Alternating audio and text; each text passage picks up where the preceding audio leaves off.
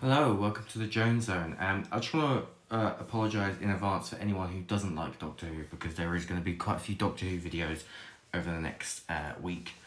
That's just because I recently did the video asking you what you'd like to see, and until I get any other ideas and suggestions, I'm pretty much just taking a stab in the dark and going for it like I have been before.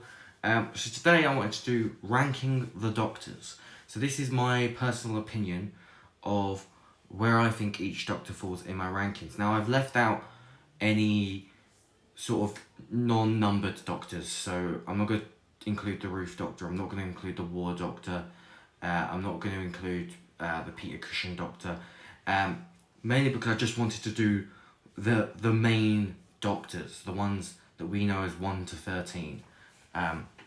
Just to make this list a little bit easier for myself, because this was a very, very difficult list for me. So I'm just going to say where each Doctor falls on my ranking. This is sort of, I guess, a worst to best, but I like all the Doctors. I'll just say why I've put them where they are. So at number 13 we've got the 6th Doctor. Now I have absolutely nothing against the 6th Doctor. So the fact that he is at the bottom is quite... this is where the list was quite difficult for me, because I like quite a lot of his stories in that era of Doctor Who. I guess I don't really like his costume, but I don't think anybody does. Yeah, I just personally don't have anything against the 6th Doctor, or Colin Baker's portrayal of him. I just, someone's had to come at the bottom, and I just like everyone that precedes him more. So with that, number 12 is the 8th Doctor, and again, this was really difficult for me because I've just started listening to the 8th Doctor adventures from Big Finish, and I love the 8th Doctor. But if we just sort of go off of what we've got for live action, we don't have enough to go off with the 8th Doctor. And I think he had a lot of potential that we just didn't get to see, which is why he's so far down on the list for me. But yeah, I love Paul McGann's portrayal of him. But yeah, see, this is why this list is so difficult, because number 11 is the 7th Doctor, and again, I have nothing against the 7th Doctor. I love Sylvester McCoy's portrayal of him, but that for me is the roughest era of Doctor Who. There are some really, really, really dodgy storylines, and it was one of those eras where not even the performance of the actors could save some of those stories. So yeah, that's where he falls on my ranking. Number 10 was really difficult as well. The 1st Doctor, William Hartnell, the original. I love William Hartnell, love the 1st Doctor, but much like how I think the 7th Doctor's era is incredibly rough, I think a lot of the early stuff is also a bit of a mixed bag. You've got some incredible stories like the Daleks and the Dalek invasion of Earth, and the 10th Planet, the Ice Warriors, which is the 2nd Doctor, and that's why number 8 as well is... we'll get to number 8. Number 9 is the 5th Doctor, Peter Davison. And my reason for this is a bit similar to the 7th Doctor, where I just think there's a lot to like and a lot not to like during his era, and although he plays the 5th Doctor really well, even though he came before the 10th Doctor, I always feel like he feels like at times a watered down 10th Doctor.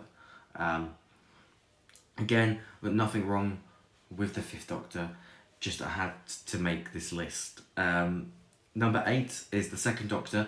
The only reason the 2nd Doctor is a little bit higher up than the 1st Doctor for me is I really love Patrick Troughton. I really, really, really love Patrick Troughton. I think he really, really knocks it out of the park. And it's not easy to be the first of the next Doctors, because before that there wasn't regeneration. So it's difficult to be that first post William Hartnell incarnation. And then after the 2nd Doctor we've got the 13th Doctor, which I think at number 7, which I think a lot of people are going to completely disagree with me, but I think Jodie Whittaker deserves a lot more than the fandom is giving her at the moment. I think she's great. Whether you like the writing or not, I think she's... And we'll come on to the 12th Doctor when we get to him, but I think she's got a similar thing there, where no matter what the writing quality is like, she just gives it everything. She just completely immerses herself in the role and just gives us 110%, and I think she deserves a little bit more love. Number 6 is the Ninth Doctor. So the Ninth Doctor, again, I love the Ninth Doctor. I love Christopher Eccleston. New Who was when I really got into Doctor Who. Like before then, I'd seen a few of the old classics on UK TV Gold in 2004. And I was like, this is cool. And then when it came back, I was like, oh, this is cool. I know of the show. I'll watch it. And then New Who just completely hooked me. Christopher Eccleston was there from the beginning. He took me in, and yeah, you gotta love the Ninth Doctor. I wish he had another series though. Number 5 is the 11th Doctor, Matt Smith. So yeah, I love. As you will notice, a lot of the New Who Doctors are higher up, and I just think it's when I was born to like my birth to when I really got into the show sort of correlation. Because I think if people were really into the show when they were kids and it was around any of the classic era, they're going to be more fond of that era. But yeah, the 11th Doctor, I mean, Matt Smith, again, coming off the back of David Tennant, who was so well beloved by everyone, Matt Smith had a really, really difficult job, and he just gave it everything. To the point of everyone misses Matt Smith now as well. So yeah, number 4 is the 4th Doctor, which is probably arguably the most quintessential Doctor, Tom Baker. Again, I mean, you can't fault his performance. He was great. Tom Baker is great as the Doctor. Number 3 is the 10th Doctor. Probably could have saw that he would be in my top 3. Now, what it is with the 10th Doctor is I don't think he's the best Doctor, but he's my Doctor. He's the Doctor that I really spent most of my childhood with. So I love the 10th Doctor. And I love David Tennant's portrayal of him. And, you know, he had a really good stint of stories as well. Number 2 is the 3rd Doctor. Now, anyone who knows me and my love for the show will know that the 3rd Doctor is my favourite classic Doctor, which is why when I rank the Doctors, he's always going to come really, really high on my estimation. Because I love Jon Pertwee. I just absolutely adore him. He is so a combination of being that old professor type character and that cool, brash hero person. And I think it's just a product of the 70s, but there's just something so endearing about Jon Pertwee. And number 1, if you didn't see this one coming, then you should be pretty shocked, I would imagine. But the 12th Doctor is my favourite Doctor of all time. I love Peter Capaldi. I think Peter Capaldi brings absolutely every element of what makes the Doctor the Doctor.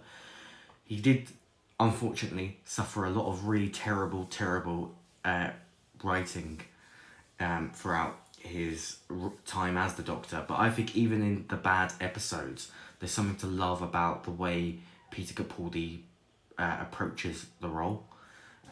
So that is my ranking the Doctors list. So I'll just go over it again. 13, the 6th Doctor. 12, the 8th Doctor. 11, the 7th Doctor. 10, the 1st Doctor. 9, the 5th Doctor. 8, the 2nd Doctor. 7, the 13th Doctor. 6, the 9th Doctor. 5, the 11th Doctor. 4, the 4th Doctor. 3 is the 10th Doctor. 2 is the 3rd Doctor. And 1 is the 12th Doctor. So, let me know below how you would rank the Doctors, if you're as into the show as I am. And as always, if you like this video, please like, comment and subscribe, because it helps out the channel in a big way. And also don't forget as well, I believe I did a video on it. We do have a DC63 Productions Facebook and Patreon. If you could support the Patreon if you can. Anything helps to push the channel and helps us to keep bringing content.